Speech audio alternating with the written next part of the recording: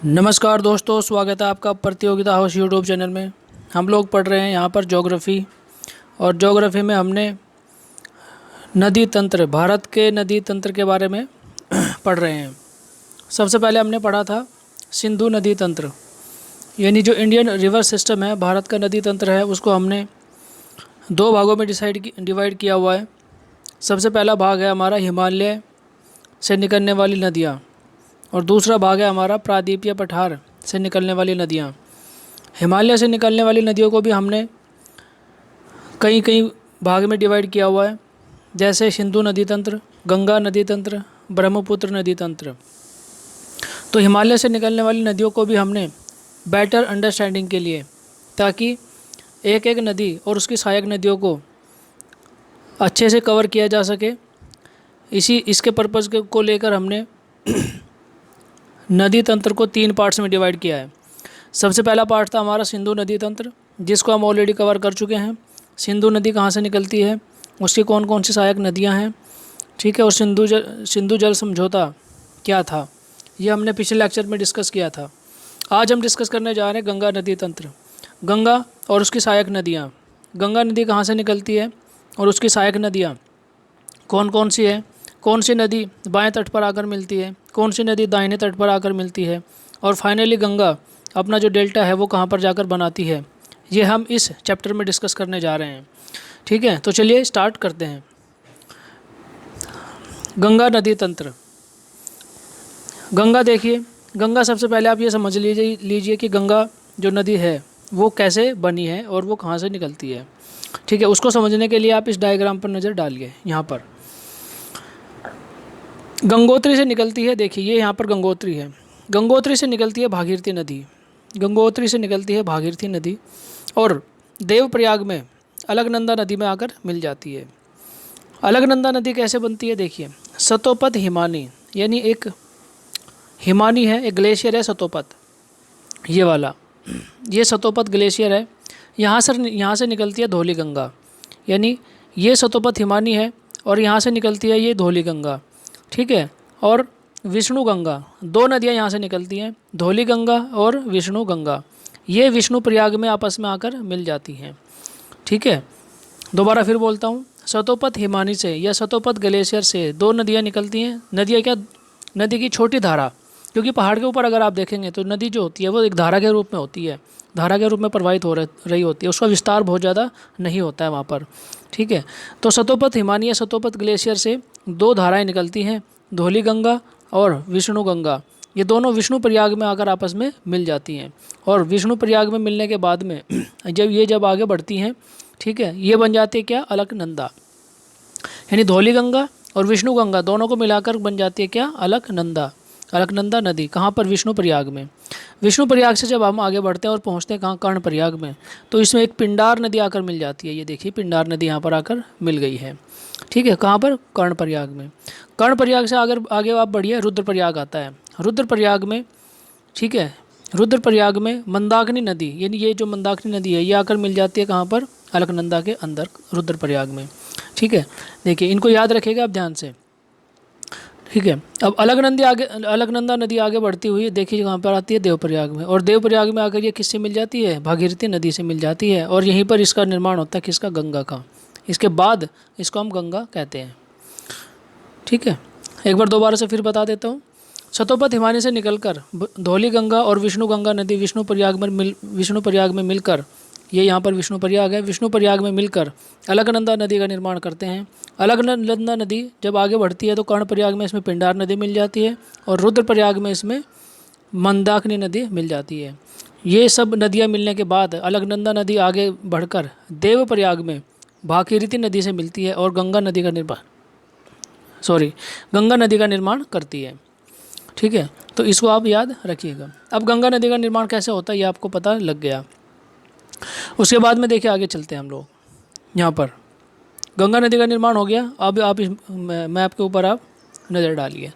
गंगा नदी का निर्माण हो गया तो गंगा नदी आगे निकलती है, और गंगा नदी देखिए यहाँ पर, गंगा नदी आगे बढ़ती है, फिर हरिद्वार में प्लेन में एंटर करती है। उसके बाद आपका यूपी, बिहार, ठीक है, और झारखंड, वेस्ट बंगाल, यहाँ से होते हुए गंगा नदी एंटर करती है बांग्लादेश में।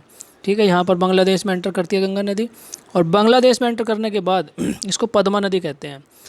बांग्लादेश में गंगा नदी को क्या कहते हैं? पद्मा नदी कहते हैं, ठीक है। और फिर देखिए इधर से ये ब्रह्मपुत्र नदी आ रही है, इधर से अरुणाचल प्रदेश से होते हुए, असम से होते हुए, यहाँ ये असम है, असम से होते हुए ये जो ब्रह्मपुत्र नदी है, जब ये बांग्लादेश में एंटर करते हैं तो इसको कहते हैं जमुना नदी, ठीक है, याद रखिएगा। गंगा नदी को बांग्लादेश में पद्मा नदी कहते हैं और ब्रह्मपुत्र नदी को बांग्लादेश में जमुना नदी कहते हैं। और ये जो पद्मा और जमुना नदी जब आपस में मिलती हैं तो इसको संयुक्त धारा जो है उसको पद्मा नदी कहते हैं। उसके बाद आगे चलते हैं, देखिए धीरे धीरे पद्मा नदी है यहाँ पर, अब जो दोनों आपस में मिल गई, पद्मा और जमुना दोनों आपस में मिल गई तो क्या नाम हो जाता है? पद्मा नदी नाम हो जाता है। और जब ये पद्मा नदी आगे बढ़ती है तो इसमें एक धारा मणिपुर से निकलकर बराक रिवर इसको कहते हैं, एक धारा यहाँ बराक रिवर आगे मणिपुर से निकलकर पद्मा नदी में मिल जाती है, ठीक है। और लास्ट में इसका नाम क्या हो जाता है? मेघना नदी हो जाता है। क्या नाम हो जाता है इसका? मेघना नदी हो जाता है। और यही मेघना नदी लास्ट में बंगाल की खाड़ी में जाकर गिर जाती है और एक डेल्टा का निर्माण करती है, जिसको क्या कहते हैं? सुंदरबन डेल्टा कहते हैं, ठीक है। तो ये आप ध्यान से रखिएगा कि ये मैंने आपको पूरा जर्नी बता दिया किसका गंगा नदी का पूरा जर्नी मैंने आपको समझा दिया। गंगा नदी किस किन नदियों से मिलकर बनती है, उसकी कहाँ कहाँ से होकर वो बहती है, फिर कहाँ पहुँचती है, और उसमें कौन कौन सी नदियाँ मिलती हैं, और लास्ट में फिर जो सुंदरबन डेल्टा है वो कैसे उसका निर्माण होता है और बंगाली खाड़ी में वो गिर जाती है, ठीक है। उसके बाद में यहाँ पर इसकी कुछ सहायक नदियाँ दी हुई हैं। देखिए ये गंगा नदी है, अगर हम ऊपर से बात करें तो लेफ़्ट बैंक यानी उसके बाएं किनारे पर आकर मिलने वाली नदियाँ कौन कौन? ये सहायक नदियाँ। सबसे पहले बात करते देखिए ये रही यहाँ पर रामगंगा, उसके बाद में आता है आपका गोमती, उसके बाद आता है आपका घाघरा, फिर आता है गंडक, फिर आता है कोसी, और फिर आता है लास्ट में महानंदा। ये सहायक नदी है गंगा की बाएं किनारे पर आकर मिलने वाली, ठीक है। ध्यान रखिएगा, रामगंगा, गोमती, घाघरा, गंडक, कोसी और महानंदा, ठीक है।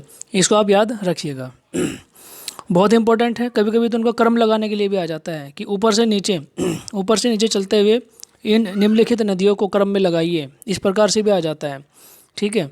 तो आप इनको याद रखिएगा। अब देखिए बाएं किनारे पर मिलने वाली नदियाँ कौन कौन सी हैं? देखिए ये गंगा है, ये है गंगा मेन नदी। इसके बाएं किनारे पर सबसे बड़ी जो नदी मिलती है वो है यमुना, ये यहाँ पर आकर मिल जाती है इलाहाबाद में, ठीक है। यमुना यहाँ पर मिल जाती है। उसके बाद में देखिए ये यमुना की सहायक नदियाँ हैं, कुछ नदियाँ हैं क्या यमुना की सहायक नदियाँ, कौन कौन सी? चंबल, सिंध, बेतवा, केन, टॉन्स और सोन। देखिए जो चंबल, सिंध और बेतवा नदी हैं, चंबल, सिंध, बेतवा और जो केन नदी हैं, ये तो है किसकी? यमुना की सहायक नदियाँ हैं, क्योंकि यमुना में जाकर मिलती है। और जो टॉन्स और सोन नदी है ये डायरेक्टली जाकर गंगा में मिलती है, तो इसलिए किसकी सहायक नदियाँ हुई? गंगा की सहायक नदियाँ हुई, ठीक है। तो इस प्रकार से आप इस मैप के थ्रू आप पूरा जो गंगा नदी तंत्र है वो समझ सकते हैं। बाकी फर्दर डिटेल में तो हम इसको डिस्कस करने जा ही रहे हैं आगे। देखिए आगे चलते हैं। भारत में सबसे बड़ा नदी तंत्र गंगा नदी तंत्र है। भारत में सबसे बड़ा नदी तंत्र है गंगा नदी तंत्र, और भारत में सबसे बड़ा जल ग्रहण क्षेत्र गंगा नदी का है, यानी सबसे ज़्यादा अगर जल किसी नदी के अंदर है वो गंगा नदी के अंदर पाया जाता है। गंगा नदी 2 देशों से होकर बहती है, कौन कौन से? भारत और बांग्लादेश। मैंने आपको बताया भारत में इसको क्या कहते हैं? गंगा। जब ये बांग्लादेश में एंटर करती है तो इसको क्या कहते हैं? पद्मा नदी कहते हैं। गंगा नदी 5 राज्यों से होकर बहती है। गंगा नदी 5 राज्यों से होकर बहती है, कौन कौन से हैं? उत्तराखंड है, उत्तर प्रदेश है, ठीक है। उसके बाद देखिए आगे चलते हैं, बिहार, उसके बाद क्या आता है आपका? बिहार, उत्तराखंड, उत्तर प्रदेश, बिहार, झारखंड और पश्चिम बंगाल, ये 5 राज्यों से होकर यमुना नदी बहती है।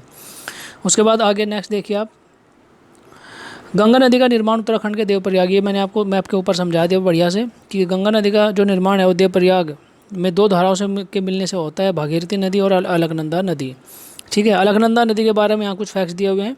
का निर्माण वो मैंने आपको बता ही दिया, धौली गंगा और विष्णु गंगा के मिलने से होता है। विष्णु प्रयाग में दोनों आपस में मिलती हैं, अलकनंदा नदी बन जाती है। और फिर ये अलकनंदा नदी जब आगे बढ़ती है तो दोनों नदियाँ देखिए अलकनंदा में मिल जाती है, और कर्णप्रयाग में, रुद्रप्रयाग में मंदाकिनी नदी इसमें आकर मिल जाती है, ठीक है। और अगर अलकनंदा से मिलती है और इसके आगे देवप्रयाग में भागीरथी नदी व अलकनंदा नदी दोनों मिलकर गंगा नदी का निर्माण करती हैं, ठीक है। ये वो इन्फॉर्मेशन है जो मैंने मैप के थ्रू आपको बताई है। यहाँ पर ये लाइन बाय लाइन लिखा हुआ, आप इसको आराम से पढ़ सकते हैं। नेक्स्ट आगे चलते हैं, फैक्चुअल इन्फॉर्मेशन दी हुई है। गंगा नदी की सबसे ज़्यादा लंबाई उत्तर प्रदेश में है। गंगा नदी अगर सबसे ज़्यादा कहीं बहती है तो वो कौन सा राज्य है? उत्तर प्रदेश में। और सबसे कम कहाँ बहती है? झारखंड में बहती है। ठीक है, पहले झारखंड बिहार का ही पार्ट था, बट चूँकि झारखंड अभी अलग हो गया तो गंगा नदी का कुछ हिस्सा जो है वो झारखंड के अंदर आता है। और गंगा नदी देखिए, गंगा नदी सबसे पहले हरिद्वार में मैदानी क्षेत्र में प्रवेश करती है। उससे पहले तो पहाड़ी क्षेत्र है पूरा, वहाँ पर उत्तराखंड का पूरा पहाड़ी क्षेत्र है, पर जब गंगा नदी हरिद्वार में एंटर करती है तो प्लेन एरिया स्टार्ट हो जाता है वहाँ से। उसका आगे चलते हैं आगे। पश्चिम बंगाल में गंगा नदी को वितरिकाओं में विभाजित होती है। कौन कौन सी वितरिका हैं देखिए। पश्चिम बंगाल में एक तो है भागीरथी नदी, ठीक है, भागीरथी नदी, और दूसरी है क्या? हुगली नदी। भागीरथी नदी और हुगली नदी, इन दो वितरिकाओं यानी दो छोटी छोटी नदियों में डिवाइड हो जाती है गंगा नदी। उसके बाद मुख्य जो नदी है भागीरथी अर्थात बांग्लादेश, जब मुख्य नदी है भागीरथी, ये तो जाती है कहाँ? बांग्लादेश में। और बांग्लादेश में इसको क्या कहते हैं आगे जाकर? वहाँ पर पद्मा नदी कहते हैं। और जो हुगली नदी है वो दक्षिण में बहते हुए बंगाली खाड़ी में गिर जाती है अलग से, ठीक है, अलग से बंगाली खाड़ी में गिर जाती है। कोलकाता जो है वो हुगली नदी के किनारे पर बसा हुआ है। कोलकाता हुगली नदी के किनारे पर बसा हुआ है, ठीक है। आगे चलिए। छोटा नागपुर पठार के बीचों बीच है। भ्रंश घाटी में बहने वाली दामोदर नदी हुगली नदी में मिल जाती है, ठीक है। ये जब हम आपको ये छोटा नागपुर पठार पढ़ाएंगे तब आपको समझ में आएगा कि जो दामोदर नदी है ये कहाँ से निकलती है और हुगली नदी में किस प्रकार से ये मिल जाती है। गंगा नदी को बांग्लादेश में पद्मा नदी कहते हैं, ये सब मैंने आपको ऑलरेडी बता ही दिया है। पद्मा नदी कहते हैं गंगा नदी को। और ब्रह्मपुत्र नदी को बांग्लादेश में जमुना नदी कहते हैं, ठीक है। और आगे चलकर जब पद्मा नदी मेघना नदी या बराक नदी से मिलती है तो संयुक्त धारा को मेघना नदी कहते हैं, यानी लास्ट में जो बंगाली खाड़ी में गिरती है उसका नाम क्या है? मेघना नदी है। बराक और अथवा ये जो मेघना नदी है, ठीक है, ये कहाँ से निकलती है? मणिपुर से। ये मैंने मैप में आपको बता ही दिया। नेक्स्ट आगे चलते हैं। गंगा और ब्रह्मपुत्र नदी का जो डेल्टा है, ये जो निशान यहाँ पे दिया हुआ है ये डेल्टा का निशान है, ठीक है। गंगा और ब्रह्मपुत्र नदी का जो डेल्टा है वो क्या है? विश्व में सबसे बड़ा डेल्टा माना जाता है। और सुंदरवन डेल्टा उसको बोलते हैं, उसका नाम क्या है? सुंदरवन डेल्टा। तो मैंग्रोव वन्स जो सुंदरबन डेल्टा, वहाँ पर मैंग्रोव वन पाए जाते हैं बहुत ज़्यादा, उसके लिए वो प्रसिद्ध है। और मैंग्रोव वनस्पति जो है वो नमकीन भूमि में उगती है, क्योंकि समुद्र का जो जल है वो क्या होता है? नमकीन होता है, इसलिए जो मैंग्रोव वन्स हैं वहाँ पर उगते हैं। मैंग्रोव वनों की जो लकड़ी है वो बहुत कठोर होती है। और मैंग्रोव वनों का सबसे अधिक फैलाव जो है वो पश्चिम बंगाल में है, उसके बाद गुजरात में है, और कुछ आंध्र प्रदेश और गोदावरी कृष्णा नदियों के तट पर भी बना हुआ है। ये कुछ फैक्चुअल इन्फॉर्मेशन है जो आप याद रखिएगा। अब देखिए बात करते हैं गंगा की सहायक नदियों की। कौन कौन सी सहायक नदी है वो मैंने मैप के ऊपर भी आपको बताया है कि बाएं तट पर मिलने वाली सहायक नदियाँ कौन सी हैं और दाहिने तट पर मिलने वाली सहायक नदियाँ कौन सी हैं। तो यहाँ पर भी उनको दो भागों में डिवाइड किया है, दाहिने तट पर मिलने वाली नदियाँ और बाएं तट पर मिलने वाली नदियाँ, ठीक है। तो चलिए सबसे पहले देख लेते हैं दाहिने तट पर मिलने वाली नदियाँ कौन कौन सी हैं। देखिए गंगा के दाहिने तट पर मिलने वाली प्रमुख रूप से भारत में प्रायद्वीपीय पठार से निकलती हैं, ठीक है। प्रायद्वीपीय पठार, गंगा के दाहिने तट पर जो नदियाँ मिलती हैं उनमें जो मैक्सिमम नदियाँ हैं वो कहाँ से निकलती हैं? भारत के प्रायद्वीपीय पठार से निकलती हैं। एकमात्र नदी ऐसी है यमुना जो हिमालय से निकलती है, वो आपको पता ही है, ठीक है। चलिए देखिए आगे कौन कौन सी नदियाँ हैं वो देख लेते हैं। गंगा के दाहिने किनारे पर मिलती हैं और दाहिने तट पर मिलने वाली नदियाँ इस प्रकार की हैं। कौन कौन सी? यमुना, ये तो निकलती है हिमालय से। उसके बाद देखिए चंबल, सिंध, बेतवा, केन, टॉन्स और सोन। चंबल, सिंध, बेतवा और केन ये यमुना की सहायक नदियां हैं। ये गंगा की सहायक नदी डायरेक्ट नहीं है, यमुना की सहायक नदी हैं और ये प्रायद्वीप के पठार से निकलती हैं। उसके बाद टॉन्स और सोन्स ये गंगा की डायरेक्ट सहायक नदियाँ, क्योंकि इनका जो जल है वो डायरेक्ट कहाँ गिरता है? गंगा के अंदर इनका डायरेक्ट जल गिरता है। अब इनको अलग अलग एक एक करके पढ़ लेते हैं। देखिए यमुना नदी, यमुना एकमात्र नदी है जो दाहिने तट पर आकर मिलती है और हिमालय से निकलती है, ठीक है। हिमालय से निकलती है और दाहिने तट पर आकर मिलती है गंगा की सहायक नदी यमुना। यमुना नदी गंगा की सबसे लंबी सहायक नदी है ऑब्वियसली। और यमुना नदी उत्तराखंड में बंदरपुछ चोटी कहाँ से निकलती है? ध्यान से देखिएगा। जो यमुना नदी है वो बंदरपुछ चोटी ये कहाँ पड़ती है? उत्तराखंड में। जब मैं आपको चोटियाँ पढ़ा रहा था वहाँ पर ये इसका जिक्र आया था, अब इसको एक बार देख लीजिएगा। बंदरपुछ चोटी पर यमुनोत्री ग्लेशियर से निकलती है और इलाहाबाद में गंगा में मिल जाती है, ठीक है। यमुना नदी प्रायद्वीपीय भारत की सबसे लंबी नदी गोदावरी से छोटी है, ठीक है। प्रायद्वीपीय भारत की एक सबसे लंबी नदी है गोदावरी। गोदावरी और कृष्णा आपने पता ही है आंध्र प्रदेश, ठीक है, और तमिलनाडु के बॉर्डर पर बहती है। और यमुना की लंबाई है देखिए 1385 किलोमीटर और गोदावरी की जो लंबाई है वो 1466 किलोमीटर है, ठीक है। फैक्ट्स याद रखिएगा, इंपॉर्टेंट है। नेक्स्ट आगे देखिए कौन सी सहायक नदी आती है, चंबल, सिंध, बेतवा और केन नदी। ये निकलती है कहाँ से, नदी अपना जल यमुना में गिराती है, ये यमुना की सहायक नदियाँ हैं। चंबल, सिंध, बेतवा, केन, ये सभी नदियाँ किसकी सहायक नदियाँ हैं, यमुना की सहायक नदियाँ हैं। और ये कहाँ से निकलती है, देखिए मालवा के पठार से निकलती हैं। और मालवा का पठार कहाँ पर है, भारत के पश्चिमोत्तर हिस्से यानी जो अरावली है, अरावली के दक्षिण में, ठीक है, अरावली के दक्षिण में ये मालवा का पठार है। और इस मालवा के पठार से निकलती हैं क्या, ये चारों नदियाँ, चंबल, सिंध, बेतवा और केन। ठीक है, उसके बाद बात करें देखिए टॉन्स नदी। टॉन्स नदी प्रायद्वीपीय भारत के पठार से निकलती है, सीधे गंगा में गिर जाती है इलाहाबाद ज़िले में। और जो सोन नदी है वो कहाँ से निकलती है, मैकाल पहाड़ी से। मैकाल पहाड़ी सतपुड़ा पर्वत की एक पहाड़ी है, मध्य प्रदेश में पड़ती है। मैकाल पहाड़ी सतपुड़ा पर्वत की एक पहाड़ी है और ये मध्य प्रदेश में पड़ती है, वहाँ से निकलती है आपकी सोन नदी। ठीक है, अमरकंटक चोटी से निकलकर पटना के निकट गंगा में मिलती है। ये दो चीज़ें आप याद रखिएगा, मैकाल पहाड़ी और अमरकंटक। ठीक है, मैकाल पहाड़ी पर अमरकंटक एक जगह है, वहाँ से निकलती है आपकी सोन नदी। और ये सोन नदी मिल जाती है कहाँ पर, इलाहाबाद के निकट गंगा नदी से। नेक्स्ट आगे चलिए, गंगा में बाएं तट पर मिलने वाली नदियाँ आप देख लेते हैं। बाएं तट पर मिलने वाली नदियाँ, तो जो गंगा में यानी यमुना को छोड़कर हिमालय से निकलने वाली गंगा की सभी सहायक नदियाँ बाएं तट पर मिलती हैं। जितनी भी सहायक नदियाँ हिमालय से निकलती हैं गंगा की, वो सभी बाएं तट पर मिलती हैं। यमुना एकमात्र ऐसी नदी है जो दाहिने तट पर मिलती है।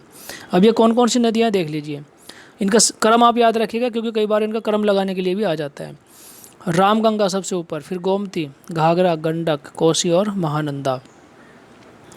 ठीक है, रामगंगा, गोमती, घाघरा, गंडक, कोसी, महानंदा। जब 3-4 बार आप इसको रिपीट करेंगे तो आपको ये याद हो जाएगा। नेक्स्ट आगे चलते हैं, इन नदियों में से रामगंगा, गोमती, घाघरा तीनों उत्तर प्रदेश में प्रवाहित होती है। देखिए रामगंगा नदी, गोमती और घाघरा। ठीक है, गोमती नदी के किनारे पर लखनऊ बसा हुआ है, याद रखिएगा। ये तीनों नदियाँ कहाँ पर है, उत्तर प्रदेश में प्रवाहित होती है। गंडक और कोसी नदी दोनों बिहार में प्रवाहित होती है। और जो महानंदा नदी है वो पश्चिम बंगाल की सीमा के साथ साथ प्रवाहित होती है। ठीक है, पश्चिम बंगाल की सीमा प्लस कौन सा, सिक्किम जो हमारा एक राज्य है उसकी सीमा पर प्रवाहित होती है महानंदा नदी। ठीक है, तो देखिए बहुत इंपॉर्टेंट इन्फॉर्मेशन है, ध्यान रखिएगा अच्छे से। उसके बाद देखिए एक करके देख लेते हैं कौन सी नदी कहाँ से निकलती है। गोमती नदी गंगा की एकमात्र ऐसी सहायक नदी है जो हिमालय से न निकलकर मैदान से निकलती है। ठीक है, मैदान से निकलती है। मैदान से कैसे, उत्तर प्रदेश के तराई मैदान में स्थित फुलर झील, पीलीभीत जिले में एक झील है। देखिए पीलीभीत जिले में फुलहर एक झील है जहाँ से गोमती नदी निकलती है। ठीक है, उसके बाद देखिए लखनऊ और जौनपुर दोनों इस शहर गोमती नदी के किनारे पर बसे हुए हैं। उसके बाद आगे देखिए, गंडक नदी को नेपाल में शालिग्राम या नारायणी नदी भी कहते हैं, इन्फॉर्मेशन याद रखिएगा। उसके बाद कोसी नदी को बिहार का शोक कहते हैं। कोसी नदी क्योंकि बार बार वहाँ पर बाढ़ आती रहती है, इसलिए कोसी नदी को बिहार का शोक कहते हैं। ठीक है, क्योंकि अपना रास्ता बदलने के लिए कुख्यात है। ठीक है, तो देखिए इस प्रकार से मैंने आपको गंगा की जितनी भी सहायक नदियां हैं उनके बारे में मैंने आपको बता दिया। बाएं तट पर मिलने वाली नदियां, दाहिने तट पर मिलने वाली नदियां, और इस प्रकार से गंगा और उसकी जितनी भी सहायक नदियां हैं उनका अध्ययन आज हमने किया बहुत अच्छे से और विस्तार से।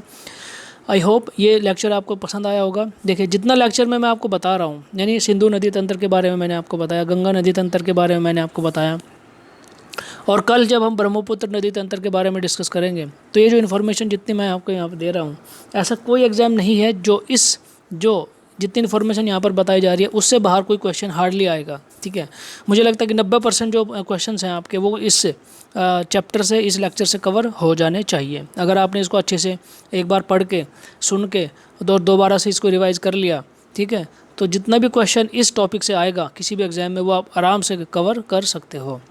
ठीक है, तो इस लेक्चर में तो फ़िलहाल इतना ही है। ठीक है, अगले लेक्चर तक के लिए इंतज़ार कीजिए, और अगर किसी ने चैनल को सब्सक्राइब नहीं किया है तो चैनल को सब्सक्राइब ज़रूर कर लीजिएगा, क्योंकि जब तक आप चैनल को सब्सक्राइब नहीं करेंगे आप तक लेटेस्ट वीडियो का नोटिफिकेशन नहीं पहुंचेगा।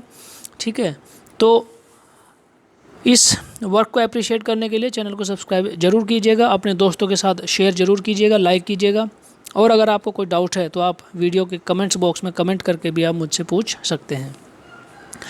तो इस वीडियो में फ़िलहाल इतना ही है, अगली वीडियो के साथ फिर मिलते हैं, तब तक के लिए thank you very much, thank you.